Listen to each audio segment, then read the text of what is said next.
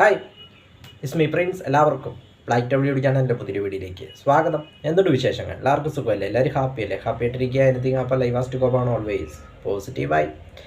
അങ്ങനെ ചരിത്ര നേട്ടവുമായി Kerala cricket team Ranji ട്രോഫിയുടെ ഫൈനലിൽ ആദ്യമായിട്ട് കേരള ക്രിക്കറ്റ് ടീം പ്രവേശിച്ചു. ഫൈനലിൽ വിദർഭയെ കേരളം നേരിടും. ഫെബ്രുവരി 26 മുതൽ മാർച്ച് 2 വരെയാണ് ഫൈനൽ നടക്കുന്നത്. അപ്പോൾ അത്യധികം ട്വിസ്റ്റുകൾ നിറഞ്ഞ ഒരു സെമി ഫൈനലായിരുന്നു. ഗുജറാത്തിനെയാണ് കേരളം സെമിയിൽ തോൽപ്പിച്ചത്.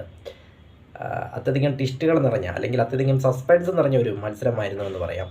കാരണം അങ്ങനെ മാറിമറിഞ്ഞ ഒരു മത്സരമായിരുന്നു ഇത്. ഫസ്റ്റ് ഇന്നിങ്സ് ലീഡുള്ളത് കൊണ്ടാണ് കേരളം ജയിച്ചത്.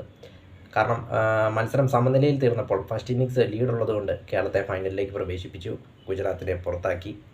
അതും കേരളം വിജയിച്ചത് ഗുജറാത്തിൻ്റെ ഹോം ഗ്രൗണ്ടിൽ, അതായത് അഹമ്മദാബാദിലാണ് മത്സരം നടന്നത്. അവരുടെ ഹോം ഗ്രൗണ്ടിൽ തന്നെ അവരെ തോൽപ്പിച്ചു വന്നതും മറ്റൊരു പ്രത്യേകതയാണെന്ന് പറയാം. അവസാന വിക്കറ്റ് ക്യാപ്റ്റൻ സച്ചിൻ ബേബിയുടെ കൈകളിലെത്തുമ്പോൾ അത് കേരളത്തെ സംബന്ധിച്ചിടത്തോളം ഒരു മനോഹരമായ ഒരു വിജയമായിരുന്നു.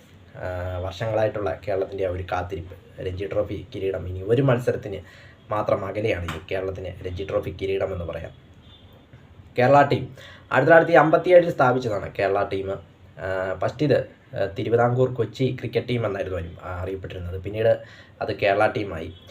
അങ്ങനെ ഇത്രയും വർഷങ്ങൾ രഞ്ജി കളിച്ചെങ്കിലും ഒരിക്കൽ പോലും ഫൈനലിൽ എത്തുവാനോ ഒന്നും സാധിച്ചില്ല. അങ്ങനെ ആദ്യമായിട്ട് കേരള ടീം ഫൈനലിലെത്തി.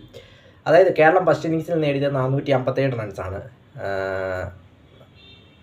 ഗുജറാത്താട്ടെ ഫസ്റ്റ് ഇന്നിങ്സിൽ നേടിയത് 455 റണ്ണാണ്. 2 റണ്ണിൻ്റെ ലീഡ്. അതും വളരെ മാജിക്കലായിട്ടൊരു സംഭവമാണെന്ന് പറയാം. കാരണം 2 റൺസിൻ്റെ ലീഡ്.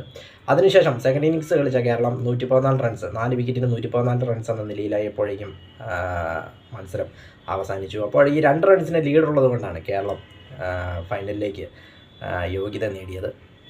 ഏതായാലും അത്യധികം ആവേശപൂർവ്വമായൊരു മത്സരമായിരുന്നു എന്ന് പറയാം.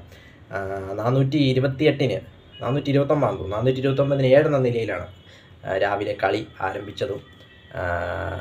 പിന്നീട് പെട്ടെന്ന് തന്നെ 3 വിക്കറ്റുകൾ കേരളത്തിന് എടുക്കാൻ സാധിച്ചുകൊണ്ട് തന്നെ ഒന്നാം ഇന്നിങ്സിൽ ലീഡ് നേടുവാനും സാധിച്ചു. അങ്ങനെ ഫൈനലിൽ വിദർഭയെ കേരളം നേരിടും.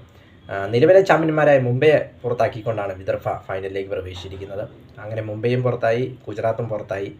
ഇനി ഫെബ്രുവരി 26 കേരളം വിദർഭയെ നേരിടും. കേരള രഞ്ജി ടീമിനെ കുറിച്ച് നോക്കുമ്പോൾ ശ്രീശാന്ത്, ടിനി യോഹന്നാൻ, അങ്ങനെ ഇന്ത്യൻ ടീമിൽ കളിച്ച ശ്രീശാന്ത്, ടിനി യോഹന്നാൻ, സഞ്ജു സാംസൺ ഇവരെല്ലാം ഈ രഞ്ജി ടീമിൽ നിന്നും പോയവരാണ്. അപ്പോഴിതാ വീണ്ടും കേരള ക്രിക്കറ്റ് ടീമിനെ സംബന്ധിച്ചിടത്തോളം മറ്റൊരു നാഴികക്കല്ലായി വന്നിരിക്കുകയാണെന്ന് പറയാം.